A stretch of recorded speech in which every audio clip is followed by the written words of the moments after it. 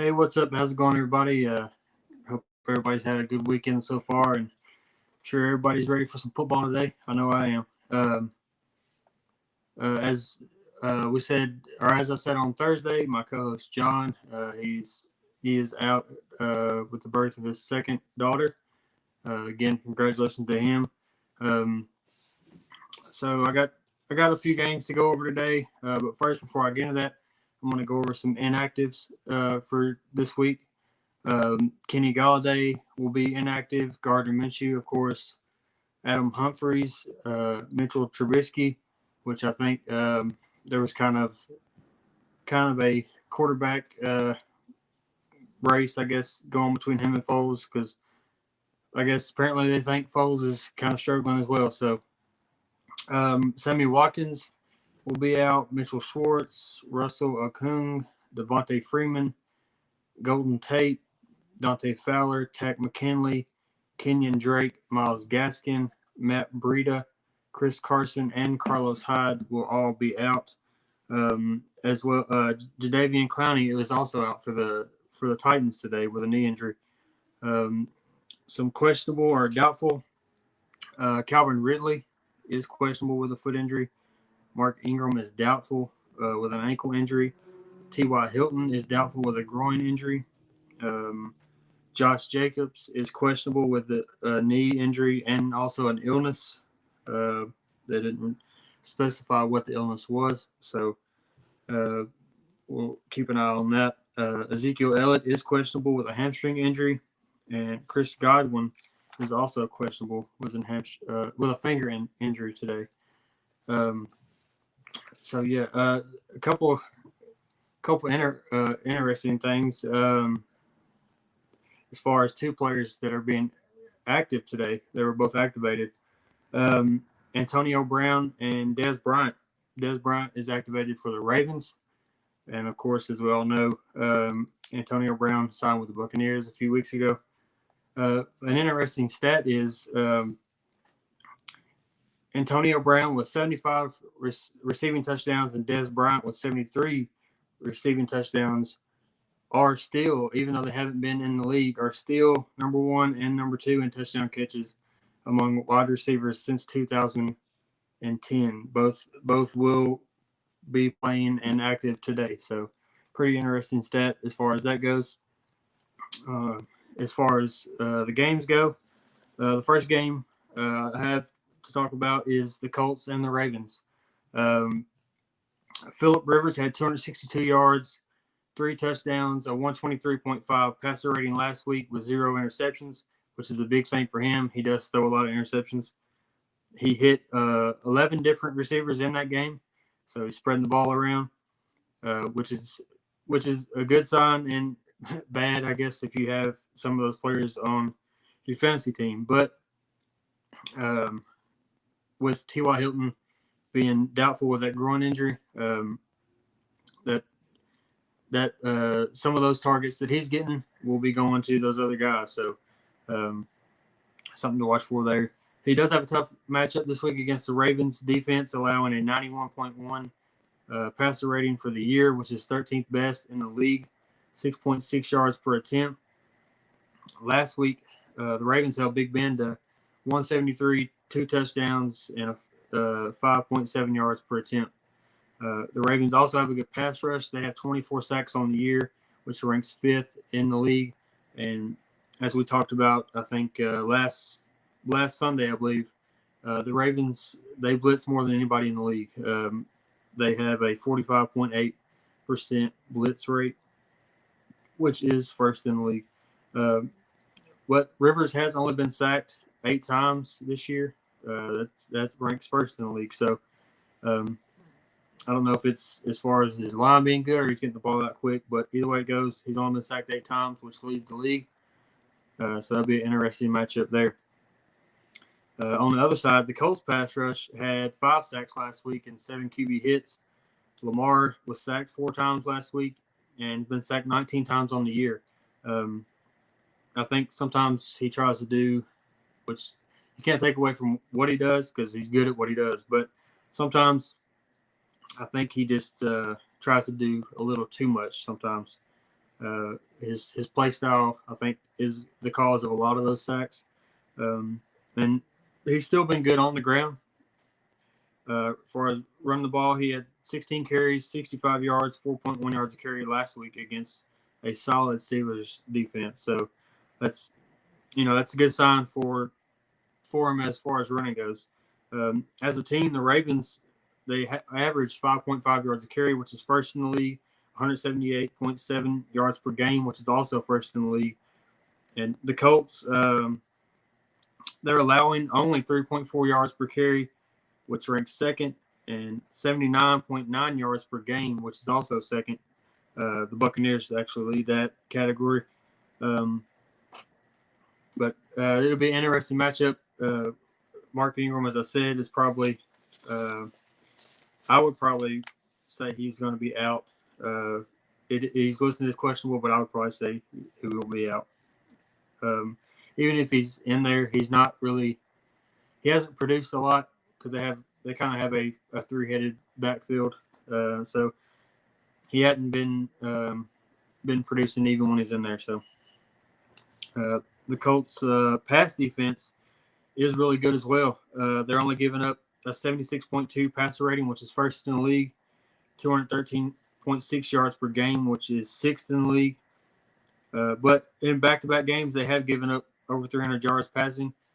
But I think a lot of that was them being ahead and the other team having to be pass heavy, trying to get back in the game. But I don't believe it's going to be anything to worry about this week against the Ravens. Lamar has 3 sub-70 passer ratings in the last 5 games, and in 4 of those games, he has been under 100. So he hasn't really been producing as far as his passing numbers, but he is really good in the run. So, and like I said, Des Bryant was activated for that game, so it'll be interesting to see how many targets he'll get, or how many plays he'll actually get. Moving on to the Vikings and the Lions game, always a great rivalry game. Even when the teams aren't doing as well, it's still a good rivalry. Dalvin Cook literally carried the Vikings against the Packers with 163 yards, 5.4 yards per carry, 3 touchdowns. And for the year, he's averaging 5.3 yards per carry, 108.7 yards per game, and 10 touchdowns, which leads the league. He leads the league in touchdowns, and he's missed, I think, a couple games. So he's really explosive and really, really great fantasy point type of running back.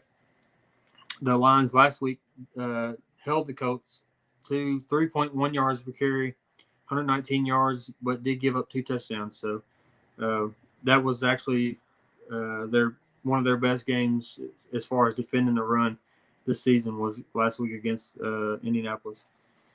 The Lions' pass defense didn't fare as well, giving up 3 touchdowns, a 123.5 rating to Phillip Rivers, and on the year are giving up a 97.6 passer rating, which ranks 22nd in the league, and 248.4 yards per game. With the Vikings last week, they only threw the ball 14 times last week, which, like I said, Dalvin Cook was literally carrying the team on his back last week, so they didn't really have to pass that much. But when Kirk Cousins did pass last week, he was very efficient, completing 11 of those 14 passes for 160 and a touchdown and a 138.1 rating. So we'll see how the game plan goes this week with the Lions not being as good against the pass as they are the run. I still think Dalvin Cook will get his regardless. He's running like he's on a mission this year. So as far as the Lions, Matthew Stafford, he did clear all of his tests, so he will be able to start today, and he will be active. Last week he had 336 yards, 3 touchdowns, an interception, and a 96.9 rating against a very tough Indy defense in Detroit. But in Detroit's 4 losses this year, Matthew Stafford has had at least 1 interception And for the year, he has 13 touchdowns, 5 interceptions. So in the 4 losses, all of his interceptions came in those 4 losses. So it's something that, as far as him as a quarterback goes, he needs to work on not turning the ball over. And for the year, he has a 94.8 passer rating. He does have a good matchup this week against the Vikings. They're giving up a 110.5 passer rating, which ranks 31st in the league. They're giving up 287.3 yards per game. He will be without Kenny Golladay this week. And the Lions' running game has kind of been absent the last few weeks. When they first started the season, everybody thought that Kerryon Johnson was going to be the guy. They signed Adrian Peterson, and of course they drafted Swift. Peterson came in and had some great games, and then they started leaning more towards Swift. He had a couple good games, and then the last couple weeks, it's kind of been the running game's kind of been absent for him. So, and the Vikings do have a pretty good run defense, so we'll see how that fares this week. Moving on to the Bills versus the Seahawks. Buffalo's ground game led the way for them last week in the victory over the Patriots. They had 190 yards, 5 yards per carry, 3 touchdowns. But this week they faced a Seattle team that has a tough run defense, only allowing 3.9 yards per carry and 102 yards per game, which ranks 8th in the league. I think in this game where the Bills will be able to take advantage of is the Seattle pass defense. They have struggled this year. They're giving up a 93.1 rating, which is 15th, so kind of middle of the pack, allowing 68 completion percentage, 68% completion, and a league's worst 358.7 yards per game. The last few games, 4 or 5 games, Jamal Adams has been out with an injury. He does return today, but I don't think he can. Don't get me wrong, he can make a difference, but I don't think he's going to make that much of a difference. They were still the league's worst in the 3 games that he played. They gave up 1,319 yards in those games that he played. That's 439.6 yards per game. So they're actually worst in the league still, and worse with him in the lineup. So we'll see how that will fare today. I believe Josh Allen will get back on track this week. He had a couple games as far as passing goes that weren't too pretty, but I think he'll get back on track against the Seattle defense this week. Stephon Diggs is still his favorite target. For the year, he has 54 receptions, 86.9 yards a game, 3 touchdowns. He has 20 more targets than the next receiver on the team. So he's definitely the passing offense definitely runs through Stephon Diggs, or goes through Stephon Diggs. Not moving over to the Seahawks. Russell Wilson for the year has 26 touchdowns, which ranks first. 120.8 passer rating, which is first. Last week, he had 261 yards, 4 touchdowns, and a 128.3 passer rating against a pretty decent 49ers secondary. So it just goes to show you that Russ is just he's on a whole another level. DK Metcalf had 15 targets, 12 receptions, 161 yards, 2 touchdowns. That was 10 more targets than the next closest person on the team. I've noticed with the Seahawks, it's kind of a like this last game, DK had 10 more targets than anybody else on the team. The game before that, Tyler Lockett led the team. It's kind of it's your week this week, it's my week next week. They kind of bounce it around, but regardless, DK gets numbers, Tyler Lockett gets numbers. They're both great fantasy players. They do have a little tough matchup this week as far as the Bills go, I think. Moving on to the Sunday night game, my personal favorite game of the week.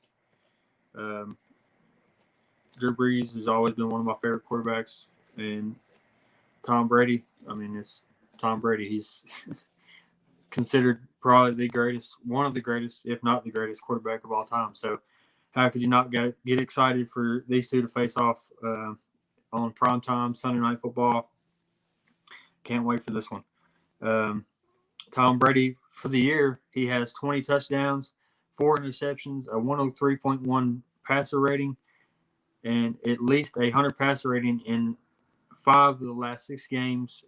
And in those 6 games, he has 17 touchdowns and 1 interception. So he is dialed in for sure. And he has plenty of weapons to spread the ball around to. And like I said earlier, Antonio Brown was activated and he will be active in today's game. So that's just another target for him to spread around. And we saw a little preview of him and Antonio Brown when they were both still in New England. So you just imagine how that's gonna be. The Saints' pass defense is allowing a 108.4 rating, which is 28th in the league, and allowing 237.9 yards per game. So something that the Buccaneers can definitely take advantage of with all those weapons on offense.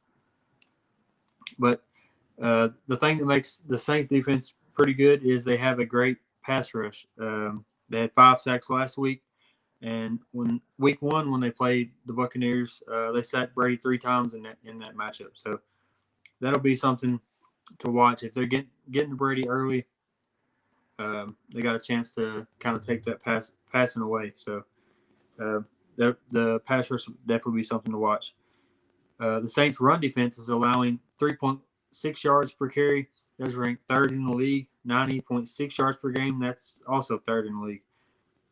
And the Buccaneers, as far as a rushing offense, for the year they're averaging 4 yards per carry, 102.6 yards per game, which is 23rd best in the league. So they're kind of on the lower end as far as the rushing offense. On the flip side, the Buccaneers' rush defense is allowing 3.2 yards per carry, which is 1st in the league, and 70.4 yards per game, which is also 1st in the league. Alvin Kamara is averaging 5 yards per carry this year, 61.6 yards per game, and 4 touchdowns. The 61.6 yards per game, it's a little deceiving. He doesn't get a lot of rush attempts, especially right now with all the injuries they've had at receiver.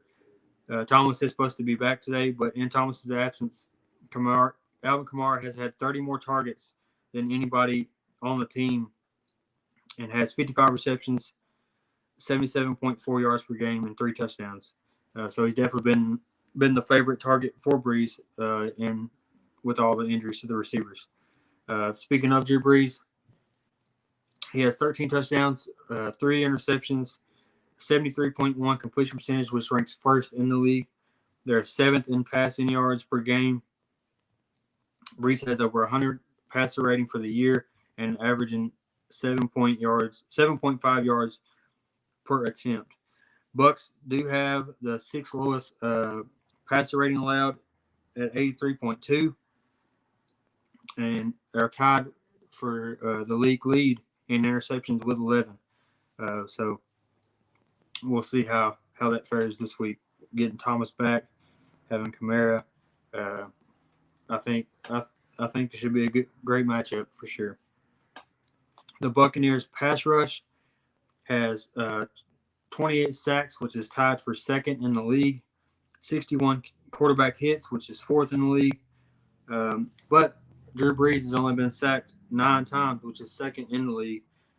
He's a guy that likes to get the ball out fast. Excuse me. Likes to get the ball out fast. And that's another reason you see so many targets for Alvin Kamara. They're high percentage throws. And Brees has always been a guy that he's going to pick you apart and take what you give him. So moving on to some rankings for position rankings. As far as QBs go, I'm going to do top 10 in each of these positions. Patrick Mahomes is ranked 1st for Week 9. 2nd is Russell Wilson. 3rd is Kyler Murray. 4th is Josh Allen. 5 is Deshaun Watson. 6 is Lamar Jackson. 7 is Tom Brady. 8 is Justin Herbert. 9 is Aaron Rodgers, which he played on Thursday, so I'll give you an extra one. 10 is Cam Newton, and 11 is Matt Ryan. Moving on to running backs.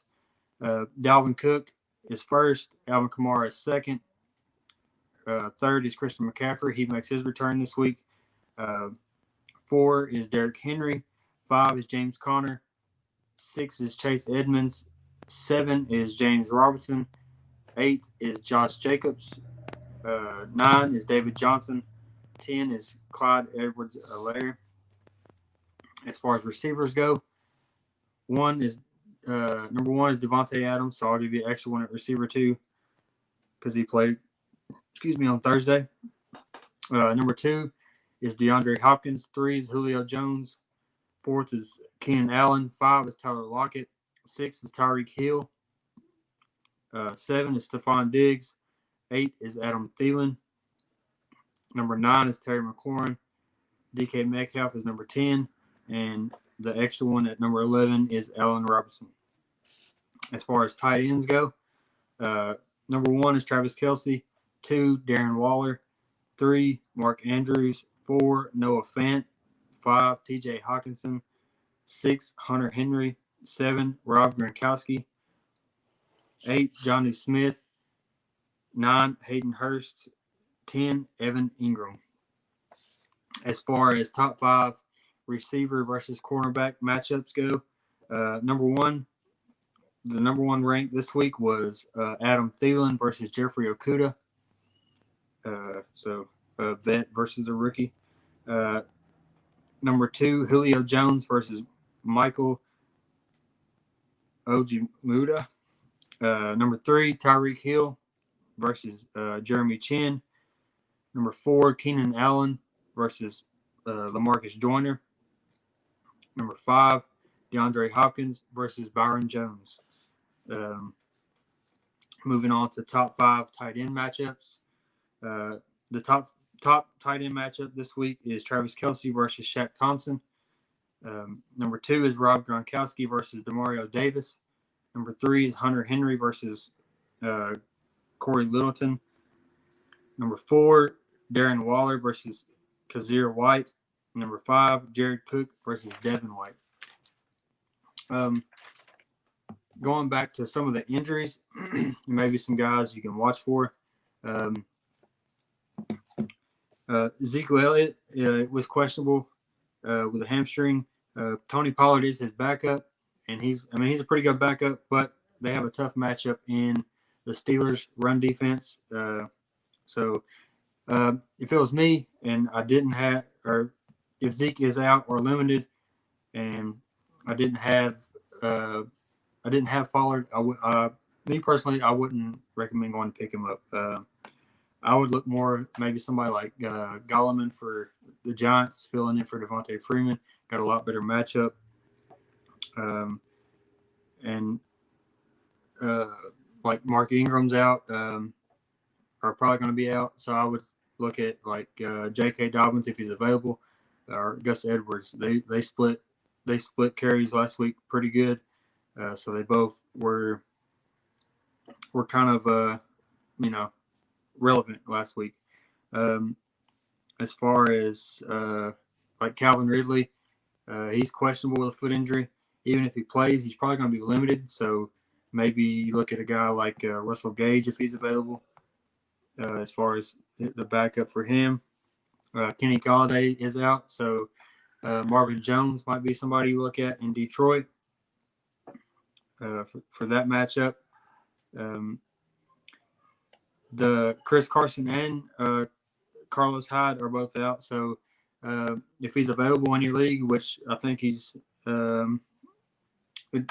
not a big name guy, but if he's available in your league, maybe a guy you look at getting is DJ Dallas for Seattle, their running back. He's going to be filling in for Carlos Hyde and Chris Carson. So that's definitely a guy that you may want to look at. But yeah, I believe that's all I have for this week. Um, we'll see you. Uh, there will be a wrestling show later on with me and Chad. I'm not sure if John will be able to make that one. If not, it will definitely be me and Chad. And as far as tomorrow goes, I will see you for the Monday night matchup, and I will get with John and see if he's going to be back for that one as well. If not, I will still get on and try my best and give you what I can find to help you maybe get a last second last second matchup that maybe will favor you. Hopefully, but like I said, I believe that's all I have today. I hope everyone has a good weekend or the rest of the weekend and enjoys a day of football. And back to work tomorrow for most people. But I will see you again tomorrow night for the Monday night game. As always, come with us if you want to win.